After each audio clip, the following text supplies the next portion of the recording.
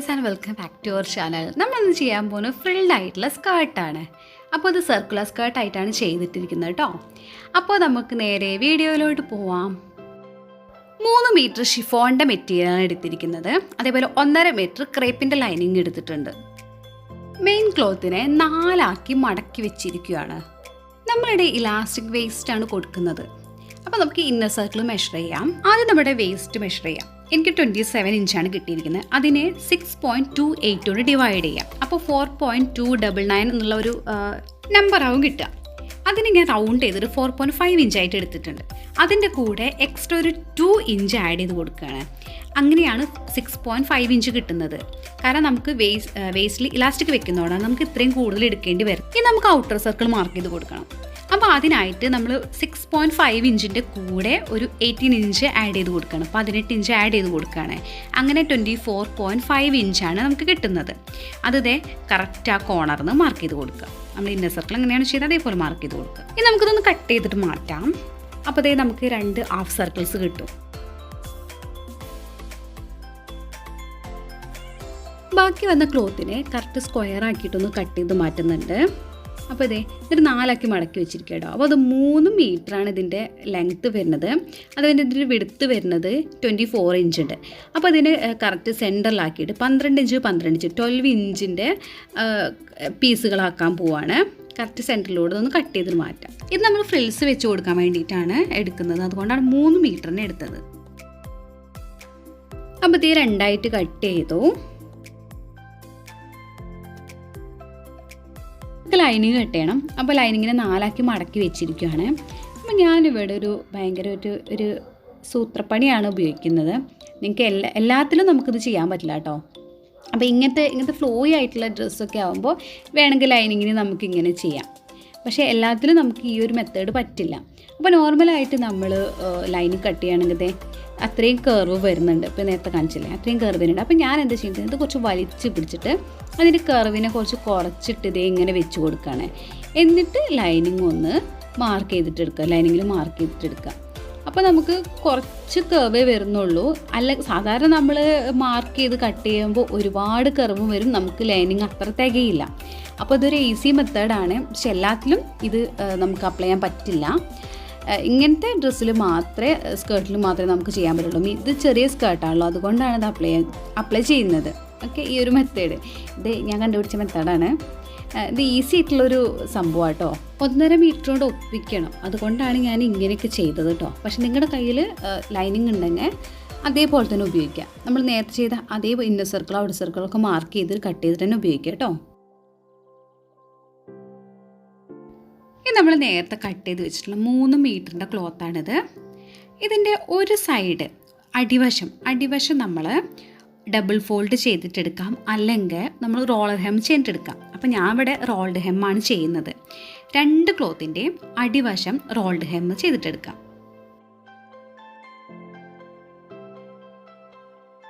അപ്പോൾ 2 ക്ലോത്തിൻ്റെയും അടിവശം നമ്മൾ റോൾഡ് ഹെം ചെയ്തിട്ടെടുത്തിട്ടുണ്ട്. ഇനി ഇതിൻ്റെ മറ്റേ വശം നമ്മൊന്ന് ലൂസ് സ്റ്റിച്ച് കൊടുക്കുകയാണ്. കാരണം നമുക്ക് ഫ്രിൽസ് ചെയ്തിട്ടെടുക്കണം. അതിന് വേണ്ടിയിട്ട് ലൂസായിട്ടുള്ള സ്റ്റിച്ച് കൊടുക്കുക. അപ്പോൾ ഇതുവരെ നമ്മൾ ലൂസ് സ്റ്റിച്ച് കൊടുത്തിട്ടുണ്ട്. ഇനി അതിനകത്ത് ഒരു ത്രെഡ് മാത്രം മെല്ലെ ഇങ്ങനെ ഒന്ന് വലിച്ചിട്ട് ഫ്രിൽസ് ഉണ്ടാക്കിയിട്ടെടുക്കാം.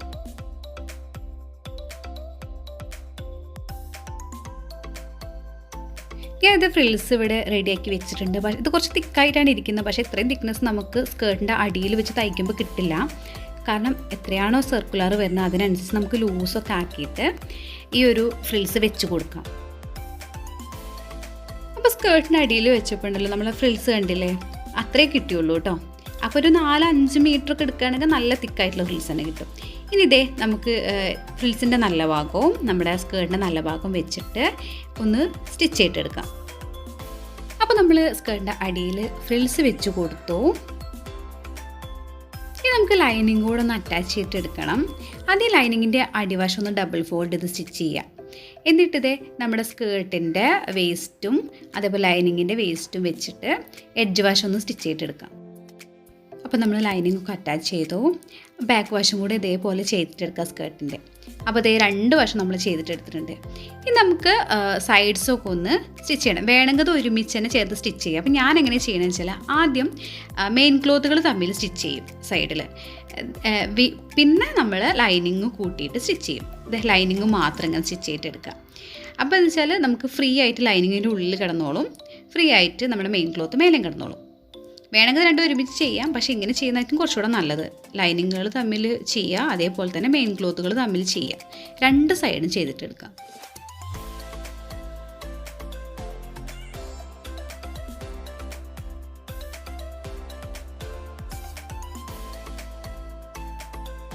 ഓൾമോസ്റ്റ് നമ്മൾ സ്കേർട്ട് കംപ്ലീറ്റ് ആയിട്ടുണ്ട്. ഇനിയിപ്പോൾ വേസ്റ്റ് ബാൻഡ് വെച്ച് കൊടുക്കണം, ഇലാസ്റ്റിക് കൂടെ വെച്ച് കൊടുക്കണം. അതുകൂടെ കഴിഞ്ഞാൽ ആ സ്കേർട്ട് കംപ്ലീറ്റ് ആവും.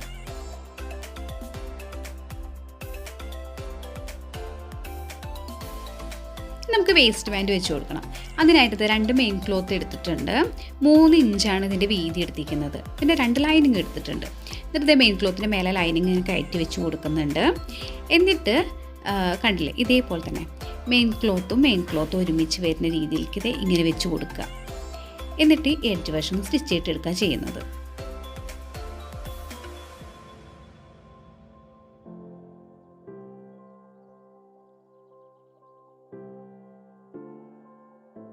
അപ്പോൾ നല്ല നീളത്തിൽ നമ്മളെ ബാൻഡ് ഇവിടെ ചെയ്തിട്ട് സെൻറ്റർ ഒന്ന് സ്റ്റിച്ച് ചെയ്തെടുത്തിട്ടുണ്ട്.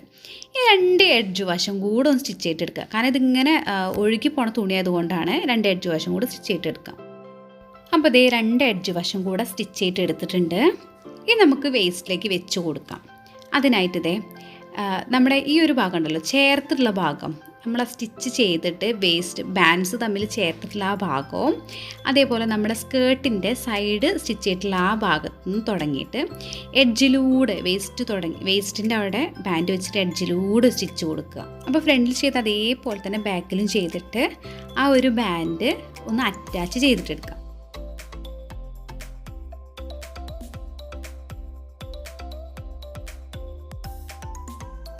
അപ്പോൾ ഒരു സൈഡ് നമ്മൾ അറ്റാച്ച് ചെയ്തിട്ടുണ്ട്.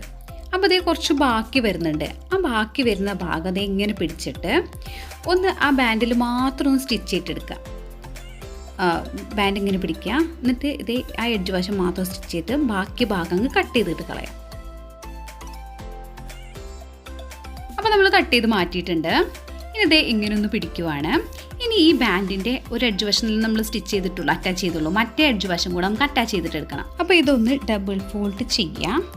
എന്നിട്ട് നമുക്ക് ഈ ബാൻഡ് മൊത്തം ഒന്ന് റൗണ്ടായിട്ട് സ്റ്റിച്ച് ചെയ്തെടുക്കണം. അപ്പോൾ 1 ഇഞ്ച് ഗ്യാപ്പ് വിട്ടതിന് ശേഷം വേണം നമ്മൾ സ്റ്റിച്ച് ചെയ്തെടുക്കാൻ.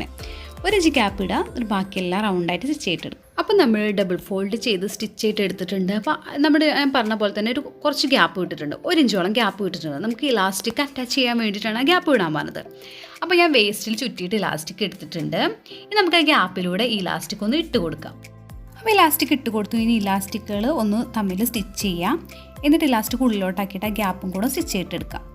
അപ്പോൾ നമ്മുടെ സ്കേർട്ട് ഇവിടെ റെഡി ആയിട്ടുണ്ട്. സിമ്പിൾ ആൻഡ് ഈസി, പിന്നെ നല്ല ഭംഗിയുള്ള സ്കേർട്ടാണ്. ചെറിയ സ്കേർട്ടാണ്, മിനി സ്കേർട്ടാണ്. ഇതിലും ലെങ്ത്ത് കുറച്ചിട്ടും നമുക്ക് ചെയ്യാം, ഇനിയിപ്പോൾ ലെങ്ത്തി ആയിട്ടും ചെയ്യാം, എങ്ങനെ വേണമെങ്കിലും ചെയ്യാം. നല്ല വൈഡായിട്ടുള്ള സർക്കുലർ സ്കേർട്ട് ഇവിടെ റെഡി ആയിട്ടുണ്ട്. അപ്പോൾ ഇന്നത്തെ വീഡിയോ എല്ലാവർക്കും ഇഷ്ടമായി, യൂസ്ഫുള്ളായി, ഹെൽപ്ഫുള്ളായി എന്നൊക്കെ വിചാരിക്കുന്നു. അങ്ങനെ നിങ്ങൾക്ക് ഹെൽപ്ഫുള്ളായിട്ടുണ്ടെങ്കിൽ നിങ്ങളുടെ ഫാമിലി ഫ്രണ്ട്സിനൊക്കെ ഒന്ന് ഷെയർ ചെയ്ത് കൊടുക്കുക. അതേപോലെ നമ്മുടെ ചാനൽ ആദ്യമായിട്ട് കാണുകയാണെങ്കിൽ ചാനൽ സബ്സ്ക്രൈബ് ചെയ്യാൻ മറക്കരുത്. അതിൻ്റെ തൊട്ടടുത്തുള്ള ബെല്ലൈക്കണും കൂടെ ഒന്ന് ക്ലിക്ക് ചെയ്ത് വെക്കുക. എന്നാൽ മാത്രം ഞാൻ ഫ്യൂച്ചറിലും വീഡിയോസിലും നിങ്ങൾക്ക് നോട്ടിഫിക്കേഷൻ കിട്ടുള്ളൂ. അതേപോലെ നിങ്ങളുടെ അഭിപ്രായങ്ങളും നിർദ്ദേശങ്ങളും കമൻറ്റ് ബോക്സിൽ പറയാം. Thank you so much for watching. See you with next video. By.